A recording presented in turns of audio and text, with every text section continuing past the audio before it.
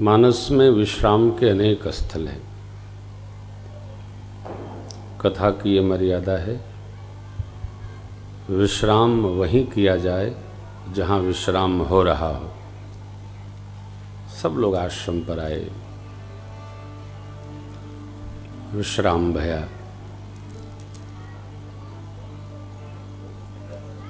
2 दिन बीता तो परमात्मा श्री राम ने गुरुदेव भगवान से प्रार्थना किया, प्रभु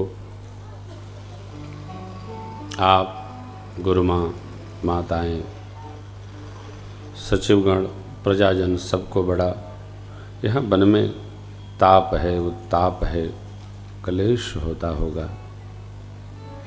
आज्ञा होती तो सब लोग श्रीवद प्रस्थान करते। गुरु जी ने कहा, राम जी आप धर्म स्वरूप हैं, सबके भाव को समझते हैं, व्यवहार का बोध रखते हैं। आप ऐसा क्यों न कहेंगे? मैं श्रीवद भी देखा, वन में भी देखा। जब से लोग आपके पास आए हैं तब से सबके मुख प्रसन्न भाव में दिख रहे हैं, और यह देखकर मुझे बड़ा हर्ष हो रहा है। आप आश्रम पधारे, हम रचना बनाते हैं। गुरुदेव भगवान वशिष्ठ जी ने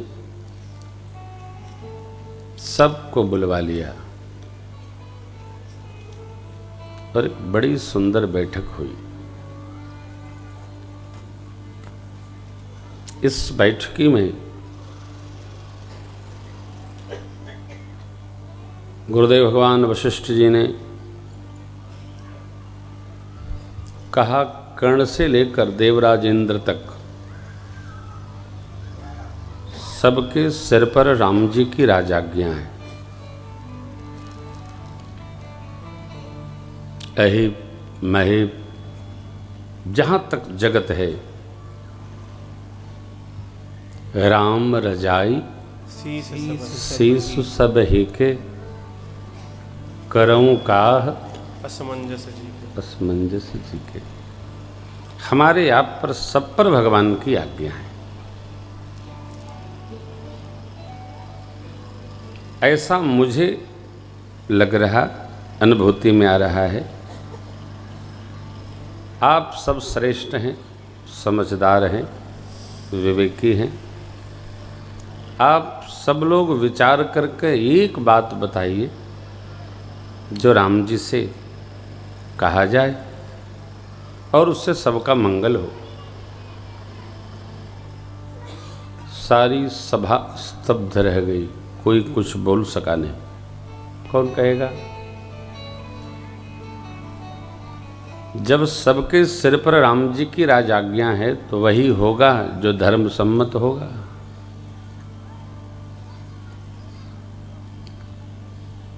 सबको शांत देखकर भरत भैया खड़े हुए, हाथ जोड़कर प्रणाम पूर्वक निवेदन किए, प्रभु रघुवंश में जब भी कोई इस प्रकार का उत्पात हो जो अनुकूल न बैठता हो तो सरकार आपने ब्रह्मा जी की लेखनी को भी बदल दिया।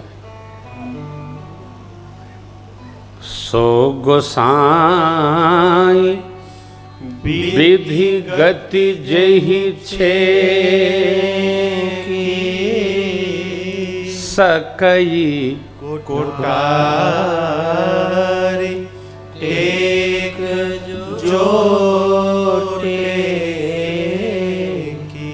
हे प्रभु, आपका ऐसा दिव्य स्वरूप है, आपका ऐसा अद्भुत तप है जो ब्रह्मा जी की रचना को भी बदलने में सक्षम है। और आप हम सब से पूछते हैं, ये तो हम सबका अभाग है। देखिए, श्रेष्ठ वह नहीं है जो अपने मन वाली कर रहा है, श्रेष्ठ वह है जो सबसे राय लेकर और सब में मिलाकर कुछ कर रहा है।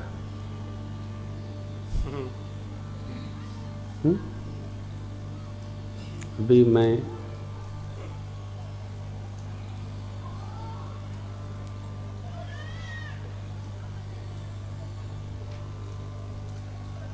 किसी को सुना रहा था आज ही, श्रेष्ठ स्वामी वही है सबकी सुने और सब में से मिलाकर कुछ रचना बना दे।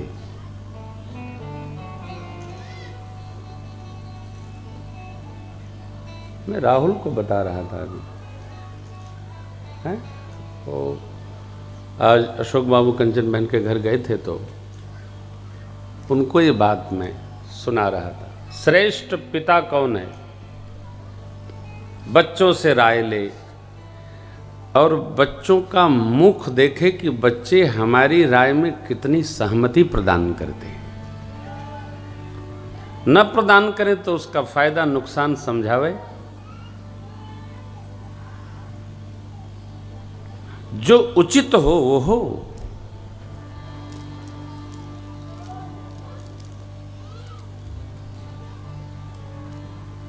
गुरुदेव भगवान ने भरत जी की बात सुन ली और बोले, लाला उचित तो वही है जो आप कहते हो, परंतु मैं करूं क्या? मैं स्वयं इस असमंजस में पड़ गया हूं, क्या उचित है क्या अनुचित है मेरी समझ में नहीं आ रहा। गुरुदेव भगवान ने एक उपाय सुझाया हो। क्या मेरी राय ये है कि आप दोनों भाई वन चले जाओ, अथवा लक्ष्मण जी अयोध्या चले, आप अकेले राम जी के साथ चले जाओ। देखिए, किसी भी व्यवहार का विकल्प ढूंढा जाए, इसका अर्थ यह है कि हम संकल्प की सिद्धि से सहमत नहीं।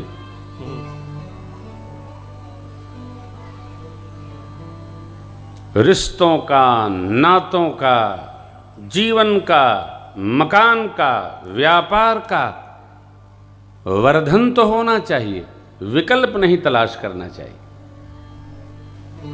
विकल्प ढूंढना अच्छी बात नहीं है। वर्धन हो, एक मकान है 2 हो जाए, 3 हो जाए, परंतु 5 लोगों का परिवार एडजस्ट नहीं कर पा रहा, इसके लिए हम दूसरा किराए का मकान विकल्प के लिए ढूंढ लें, ये गृहस्थी अच्छी नहीं है। विकल्प हम ढूंढते ही तब हैं जब हमारा संकल्प रुग्ण होता दिखता है, कोई विकल्प नहीं। गुरु जी ने कहा तो भरत जी ने कहा, कानन करऊं जन्म भरि बासो, कानन करऊं जन्म भरि बासो, एहि ते अधिक न मोर सुपासो, एहि ते अधिक न मोर सुपासो, एहि ते अधिक न मोर सुपासो, एहि ते अधिक न मोर सुपासो। भरत जी ने कहा, प्रभु 14 वर्ष नहीं, हम तो जीवन भर वन में वास कर सकते हैं, इससे सुंदर हमारे लिए सौभाग्य का प्रसंग क्या हो सकता है।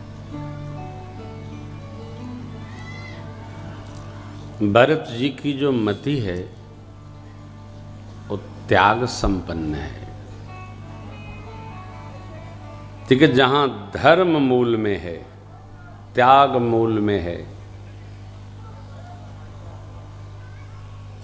साधुता मूल में है, वहाँ बहुत पंच की आवश्यकता नहीं पड़ती है कि पंचायत हो, कौन क्या करेगा। धर्म व्यवहार बड़ा सरल है, सीधा है, सहज है। भरत जी के समर्पण को देखकर उनके जीवन दर्शन का भाव समझकर गुरुदेव भगवान भी अपनी मति को लघु मान पड़े। त्याग, भगवत प्रेम, धर्म सिद्धांत, शीलता, सब इसको नमन करते हैं।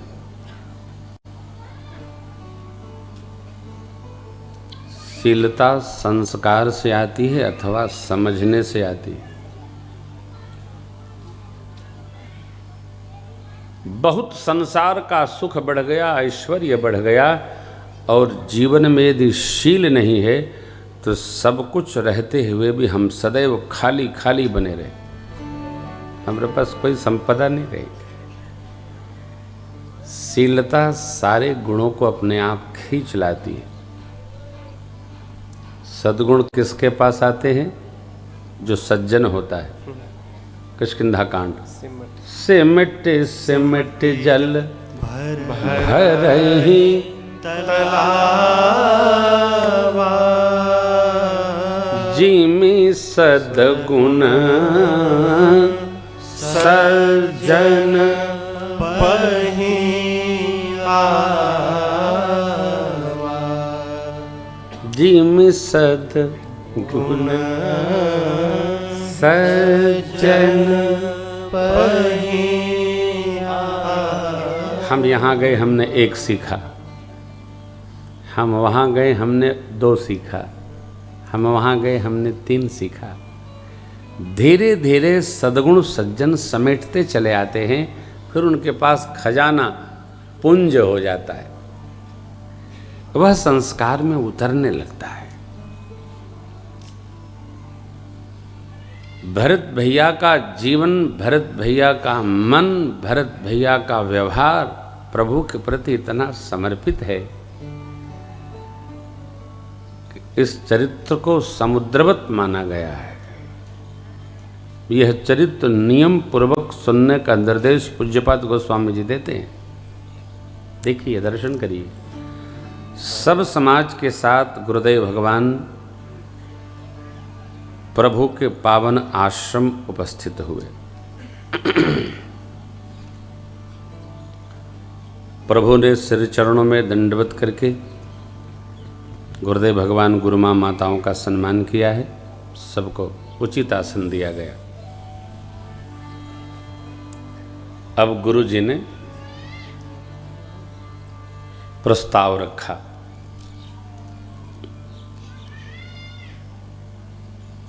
आप किस प्रकार की चिंतन धारा के श्रोता हैं, ये तो हम पहली बार आपसे मिले हैं तो हम नहीं कह सकते हैं, परंतु हमारे श्रोता ये जानते हैं कि भरत भैया प्रभु को वापस ले जाने के लिए अयोध्या से नहीं गए हैं, भगवान का रुख देखने गए हैं कि भगवान का क्या रुख है हमारे बारे में, बस।